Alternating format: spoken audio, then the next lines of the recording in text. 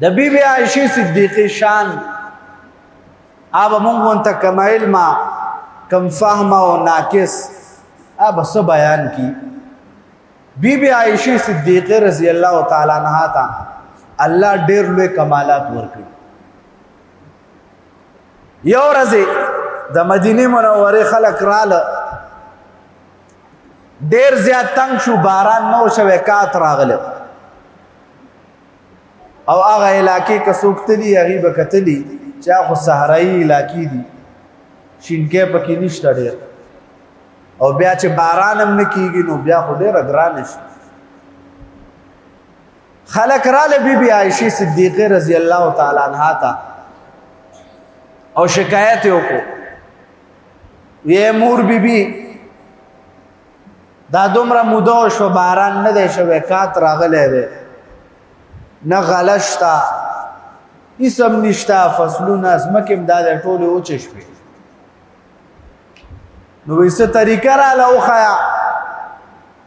چې الله جل شانه رحم وکړي او باران رحمت باندې راووري. بی بی عائشہ صدیقہ رضی اللہ تعالی عنہا دیله او فرمایل چې تاسو داسې وکئ په کومه حجره مبارکه کې چې د رسول الله مبارک قبر مبارک دی، تاسو به د هغه حجرې مبارکې دغه چت کې لږ سورې وکئ،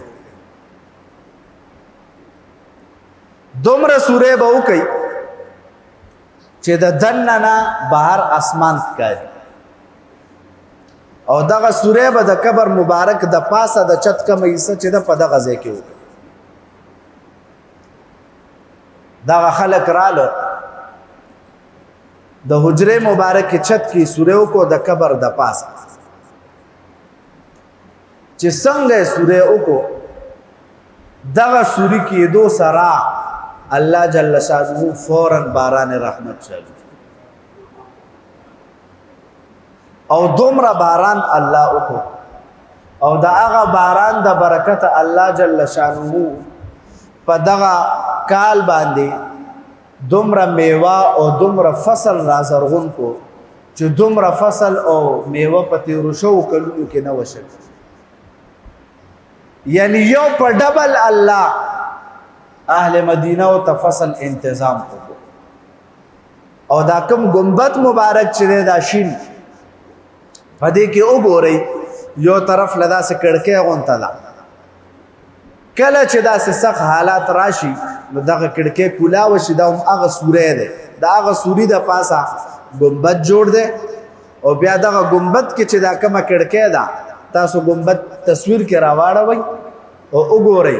دغه ګنبد کې به د دغه کړکۍ پته لګي بره دا کومه چانتاره چې ده زیړه دې سره بالکل لاندې طرف لا داسې کړکۍ دي، دغه کړکۍ د هغه سورو په ځای باندې اوس هم چې سخت حالات راشي او دغه کړکۍ کولاوي شي د دې په برکت الله جل شانه هغه ټول مشکلات. دا طریقه ولا چا وښوله؟ دا بی بی عائشہ صدیقہ رضی اللہ تعالی عنہا،